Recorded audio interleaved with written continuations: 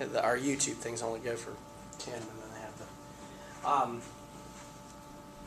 Did that make more sense to you musically, from your standpoint? Yeah, it's like I said, I'm not used to the legato, and then like breaking from the pattern. It feels a lot like when you're doing legato. It's just like it feels more natural to kind of go. I think you got an obvious place for a stop here too that you can do. Like you could do. Right, exactly. So right where the choir starts.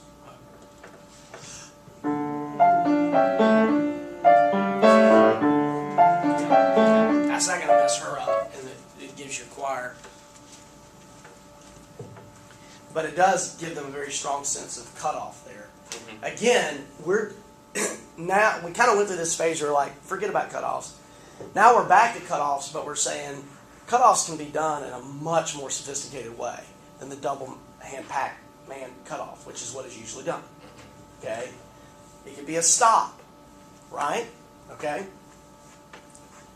This one there. This is a drum picture. Yeah.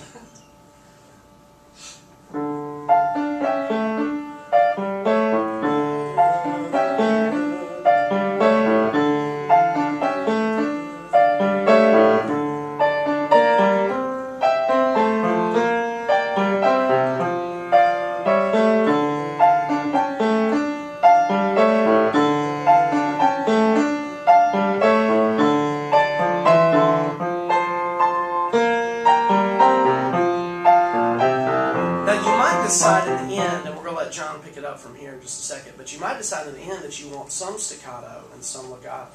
So you might decide some of those eighth note phrases you might want as da da da da da da da da da da da, and then when you get, so for instance, measure, what measure is that in my eyes? 15. Don't see that small writing very well. Is that 15? Okay. So for instance, in 15, you might want something like this. And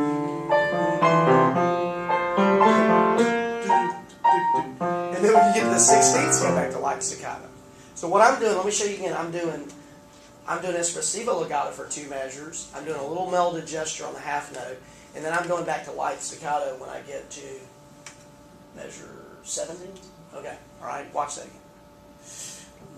I'm sorry, I'm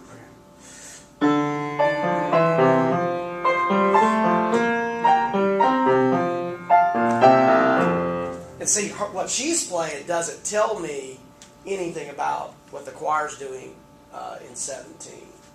So I better change what I'm doing there to energize that. Okay. So that's something else I want you to begin to think about is you don't have to choose one thing for the whole piece. You don't have to choose one thing for the entire phrase. You can begin to integrate these things together. I don't want you to think about that too much because that's a lot to try to do if you're just trying to get comfortable with your pattern. Yeah. All right, let's go all the way through it though. Okay. And just sort of give yourself permission to make music. Now, I do sense that every time I tell you that I want you to just sort of make music and be free, that the head, wants to make the music. I just want the hands.